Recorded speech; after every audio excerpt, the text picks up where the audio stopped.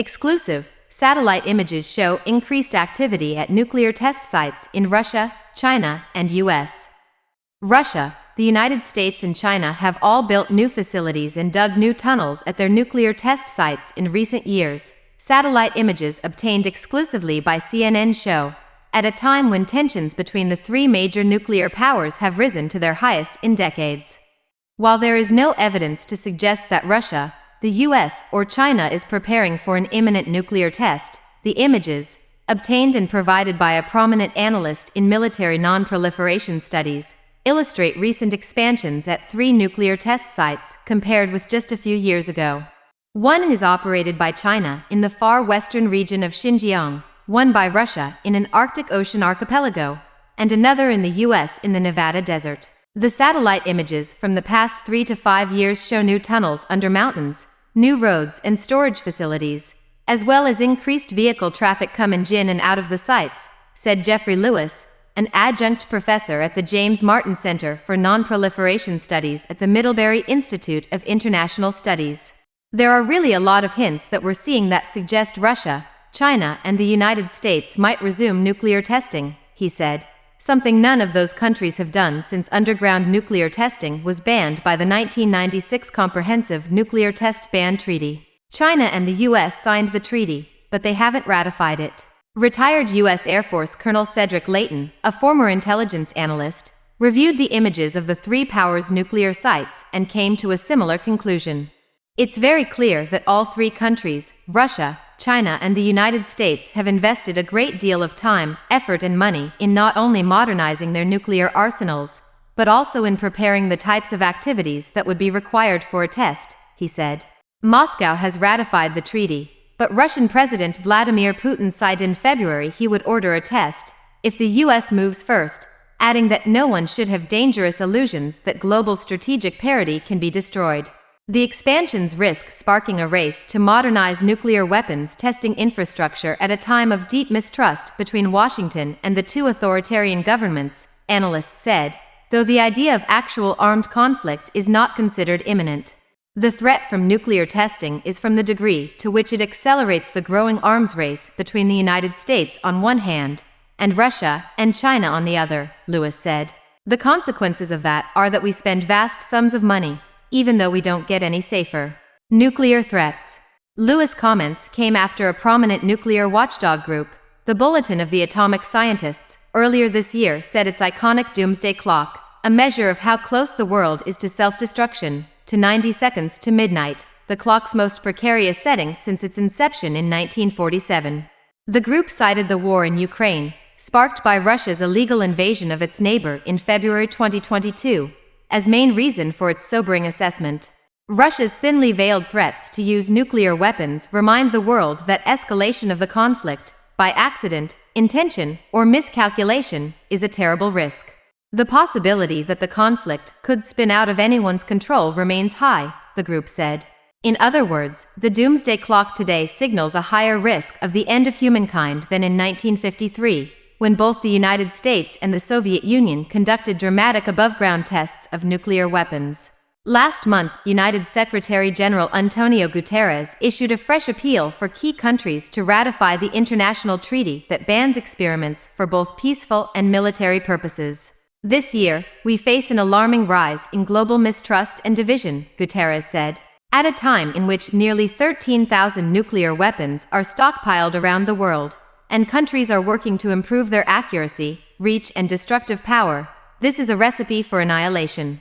Lewis pointed out that the unexpectedly poor performance of the Russian military in Ukraine could be part of the impetus for Moscow to consider resuming nuclear tests.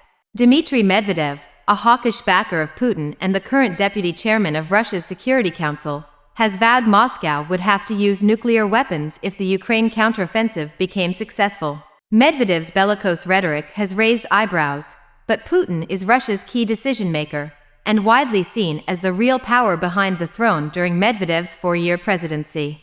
Belarus, which has played a key role in Russia's invasion of Ukraine, has also received tactical nuclear weapons from Moscow, President Alexander Lukashenko said in August. He added that Minsk would be willing to use them in the face of foreign aggression. Russia and China. Even as the Russian military was invading Ukraine last year, analysts have also seen an expansion of the country's nuclear test site in Novaya Zemlya in the Arctic Ocean archipelago.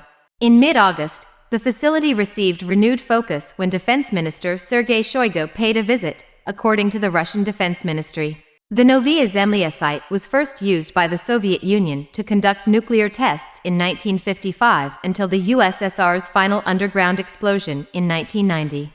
During that time, the site saw a total of 130 tests involving more than 200 devices, according to a review published in the Science and Global Security Journal. Satellite images obtained by CNN showed that there has been extensive construction at the Novaya Zemlya test site from 2021 to 2023, with ships and new shipping containers arriving at its port, roads being kept clear in the winter, and tunnels dug deep into the Arctic mountains. The Russian test site is now open year-round. We see them clearing snow off roads. We see them building new facilities. Lewis said. Near those facilities are tunnels where Russia has tested in past, Lewis said. In the past 5 or 6 years, we've seen Russia dig new tunnels, which suggests that they are prepared to resume nuclear testing, he added. It's pretty clear to me that the Russians are gearing up for a possible nuclear test, added Leighton, the former U.S. Air Force intelligence officer and now a CNN analyst. But he offered what he said were important caveats. The Russians may be trying to go right up to the line by making all the preparations for a nuclear test, but not actually carrying one out. In essence, they'd be doing this to scare the West, Leighton said. Moscow has not responded to CNN's request for comment on this subject, and there is no way to know exactly what is going on hidden from the view of satellites. Increased activity was also detected at the Chinese nuclear test site in Lop Nur, a dried-up salt lake between two deserts in the sparsely populated western China. Satellite images show a new, fifth underground tunnel has been under excavation in recent years, and fresh roads have been built. A comparison of the images taken in 2022 and 2023 shows the spoil pile has been steadily increasing in size, leading analysts to believe tunnels are being expanded, Lewis said. In addition, the main administration and support area has seen new construction projects. A new storage area was built in 2021 and 2022, which could be used for storing explosives, he added. The Chinese test site is different than the Russian test site, Lewis said. The Chinese test site is vast, and there are many different parts of it. It looks really busy, and these things are easily seen in satellite imagery. If we can see them, I think the US government certainly can, he added. Increased activity at Lop Nur was also noted in an April report by the Sasakawa Peace Foundation's China Observer Project, a group of China experts in Japan. After an analysis of satellite photos of the Lop Nur site, the group concluded that China's possible goal is to conduct subcritical nuclear tests. It found a possible sixth testing tunnel under construction at Lop Nur, saying the fact that a very long tunnel has been dug along the mountain's terrain with bends on the way indicates that the construction of the test site is in its final phase. In a statement to CNN, China's foreign ministry criticized the report as hyping up China's nuclear threat and described it as extremely irresponsible. Since the announcement of suspending nuclear tests in 1996, the Chinese side has consistently respected this promise and worked hard in defending the international consensus on prohibiting nuclear testing, it said. It added that the international world should have high vigilance about the United States' activities in nuclear testing. Activity in Nevada's desert. The U.S. releases an unclassified version of the Nuclear Posture Review every few years, which provides an overview of the role of nuclear weapons in its security strategy. The most recent report, released in October last year, said that Washington would only consider using nuclear weapons in extreme circumstances. However, it also stated that the U.S. does not adopt a no-first-use policy because it would result in an unacceptable level of risk to its security. The U.S. conducted its last underground test in 1992, but Lewis said the U.S. has long been keeping itself in a state of readiness for a nuclear test, ready to react if one of its rivals moves first. The United States has a policy of being prepared to conduct a nuclear test on relatively short notice, about 6 months, he said. The commercial satellite imagery, taken above the nuclear test site in Nevada, officially known as the Nevada National Security Site, shows that an underground facility, the U-1A complex, was expanded greatly between 2018 and 2023. The National Security Administration, NNSA, an arm of the U.S. Department of Energy that oversees the site, says the laboratory is for conducting subcritical nuclear experiments, a long-standing practice meant to ensure the reliability of weapons in the current stockpile without full-scale testing. In subcritical experiments, chemical high explosives generate high pressures, which are applied to nuclear weapon materials, such as plutonium. The configuration and quantities of explosives and nuclear materials are such that no nuclear explosion will occur, the NNSA's website says. In response to CNN's request for comment, a spokesperson from the NNSA confirmed it has been recapitalizing infrastructure and scientific capabilities at the Nevada test site, which includes procuring new advanced sources and detectors, developing reactivity measurement technology, and continuing tunneling activity. This will provide modern diagnostic capabilities and data to help maintain the safety and performance of the U.S. nuclear stockpile without further underground nuclear explosive testing, the spokesman added. A report from the U.S. Governmental Accountability Office, GAO, released in August says the U.S. will build 2 measurement devices at the Nevada site to make new measurements of plutonium during subcritical experiments. The devices and related infrastructure improvements, needed to inform plans for modernizing the nuclear weapons stockpile, will cost about $2.5 billion to $2.6 billion and be ready by 2030, according to the GAO report. A spokesman from the National Security Council also told CNN that it is closely monitoring Russia's military activities, but added it has not seen any reason to adjust our own nuclear posture.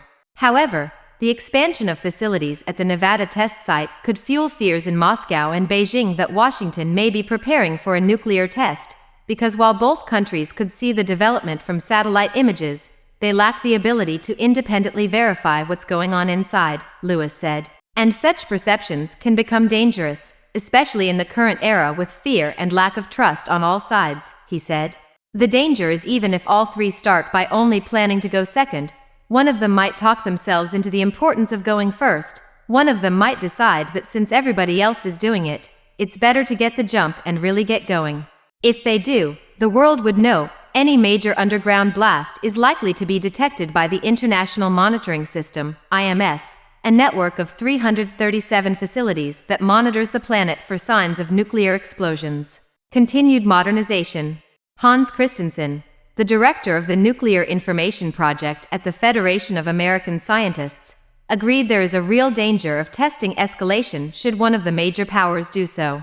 The minute one of the major nuclear powers pops a nuclear weapon somewhere, all bets are off, because there's no doubt that everyone will join that business again, he said. In a recent yearbook on world nuclear forces, co-authored by Christensen and published by the Stockholm International Peace Research Institute, SIPRI, in June, analysts concluded that all of the world's nuclear powers, which also included the United Kingdom, France, India, Pakistan, North Korea, and Israel, have continued to modernize their nuclear arsenals last year. Russia, for instance, announced on September 1 that its new Sarmat or Satan II intercontinental ballistic missile is operational. The Sarmat could carry 10 and possibly more independently targeted nuclear warheads with a range of up to 18,000 kilometers, or about 11,185 miles, according to the Missile Defense Project at the Center for Strategic and International Studies. The U.S. is also building new delivery systems for nuclear warheads like the B-21 stealth bomber and Columbia-class ballistic missile submarine. As part of the upgrade, nuclear storage sites will also be added to U.S. Air Force bases in Ellsworth and Dyess, Christensen wrote in a report in the Federation of American Scientists in 2020. The SIPRI report said that Russia and the U.S. currently possess about 90% of all nuclear weapons in the world, with the U.S. estimated to have more than 3,700 warheads stockpiled, and Russia having about 4,500. Both countries keep their strategic nuclear arsenals on hair-trigger alert, meaning that nuclear weapons can be launched on short notice. China's nuclear arsenal has increased from 350 warheads in January 2022 to 410 in January 2023. In the past, China did not marry up warheads with delivery systems, keeping their nuclear forces on a low alert status. But the Arms Control Association, ACA, NGO said this year the PLA now rotates missile battalions from standby to ready-to-launch status monthly. Fiona Cunningham, a non-resident scholar in the Nuclear Policy Program at the Carnegie Endowment for International Peace, wrote in the ACA's monthly journal in August that Beijing's nuclear stance is hard to discern. The increasing size, accuracy, readiness, and diversity of China's arsenal bolsters the credibility of the country's ability to threaten retaliation for a nuclear strike and enables China to make more credible threats to use nuclear weapons first, she wrote. But Christensen told CNN that while all three major powers have been engaging in subcritical tests, he believed a full-scale nuclear test is unlikely. Daryl Kimball, executive director of the Arms Control Association, agreed, writing in the organization's September newsletter that China, Russia, and the United States continue to engage in weapons-related activities at their former nuclear testing sites. But Kimball noted that without a real test, it is more difficult, although not impossible, for states to develop, prove, and field new warhead designs. What's the point of more tests? But if all three countries have suspended nuclear testing since the 1990s, what could they gain from the resumption of these tests? Lewis said a reason to test, especially for China, is to get more up-to-date data for computer models that show what a nuclear explosion will do. Because while the United States and Russia have conducted hundreds of tests, China has only done around 40 and has significantly fewer data points. Those 40 tests were done in the 1960s, in the 1970s, in the 1980s, when their technology wasn't that high. The data that you have is not that good, Lewis said. Others point out that the big powers have not tested low-yield nuclear weapons, which produce a smaller nuclear explosion that might be targeted on a specific battlefield unit or formation, rather than destroying a major city. In a 2022 report for the Johns Hopkins Applied Physics Laboratory in Baltimore, researchers Michael Frankel, James Skoras, and George Ulrich suggest that the U.S. might hesitate to retaliate for a Russian low-yield attack because it has not tested the types of weapons it would need to use. While the United States now has several lower-yield weapons in its arsenal, they are insufficient in quantity and diversity of delivery systems, their report, titled Tickling the Sleeping Dragon's Tail, says. In particular, the report says, smaller nukes, with yields lower than a kiloton, for comparison, the atomic bomb the U.S. dropped on Hiroshima, Japan, in 1945 had a yield of about 15 kilotons, that can be delivered by aircraft or ships have been proposed a deterrent to Russian nuclear threats. Such weapons are unlikely to be available absent testing, the report says. The United States, the world's first nuclear power, has conducted 1,032 tests, the first coming in 1945 and the last coming in 1992, according to the United Nations data. The Soviet Union, now Russia, conducted 715 between 1949 and 1990, and China has tested 45 times between 1964 and 1996. Lewis believed an urge for the US, Russia and China to be the first to develop exotic weapons of the future also instills a need for nuclear testing of those possible systems. Some of these may soon be in the Russian arsenal, as Putin has boasted about weapons like a nuclear-armed doomsday torpedo and a nuclear-powered cruise missile. We're on the verge of this kind of science fiction future where we are resurrecting all of these terrible ideas from the Cold War, Lewis said.